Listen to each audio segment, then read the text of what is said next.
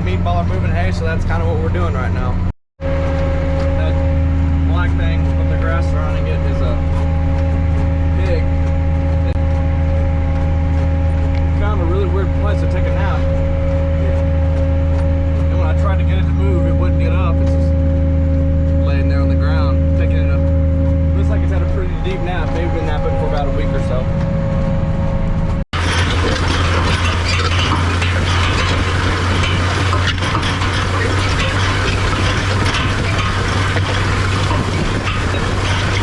Video taken by the handy dandy GoPro, and you can see a little bit of the clip of the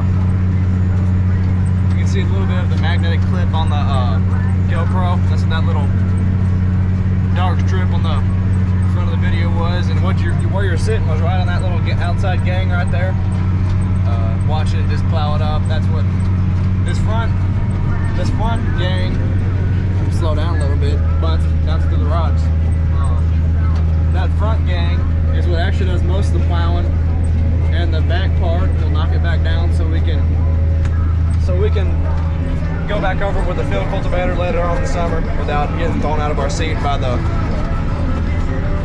bumpiness of this, and what it would be without that back gang evening it back out. So that's what that's for. I'm gonna give you viewers a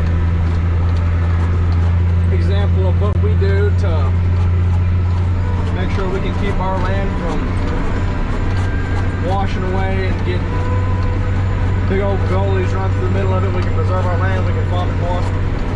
We got a terrace here. What we're doing these terraces, instead of just plowing over them, we pick our plow up and drive over them and plow them. We plow with the terraces to clean up the skip, because we don't plow those terraces because it makes them dull and they don't hold as much water, and we got a little washout going through our field. So when we plow over our terraces, we pick our plow up. As I plow up this wheat stubble, I remember back on the memories we had harvesting this field this year. Meatball had his first chance at the grain cart. He's in this tractor. We're giving him such a hard time the whole time. So probably one of my top 3 memories from wheat harvest 2021.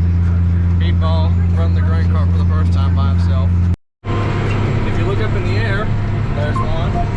The pig got a few of its buddies with it now. It's got about 20 buzzards, as we call them. Vultures, as other people call them. Got about 20 buzzards hanging out with him. They're just hanging out and being buddies. I'm sure that's all it is. Plowing again here.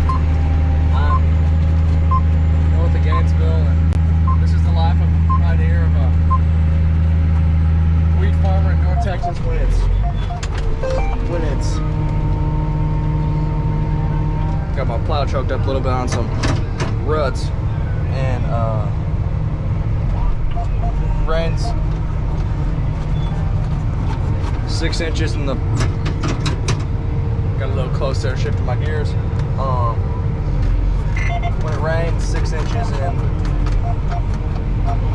the first week of June, that usually don't help a lot. Got a little choke down on my plow, but it didn't make a big mess because I spotted it. So day 2 back plowing.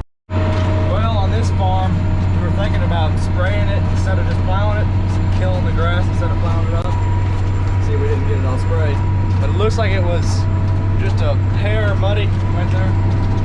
That's sprayer tracks. Might have been a good idea to quit spraying. Probably would have got stuck.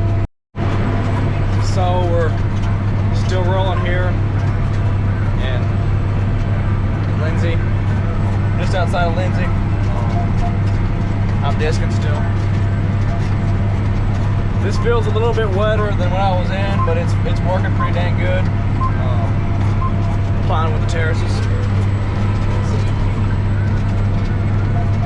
It's working pretty good.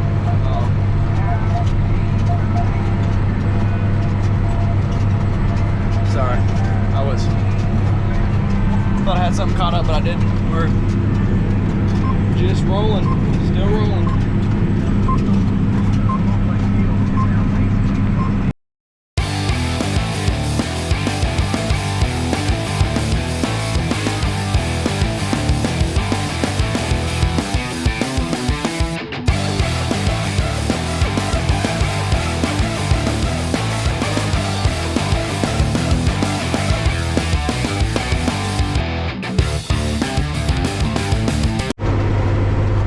Still going, discing, wheat stubble.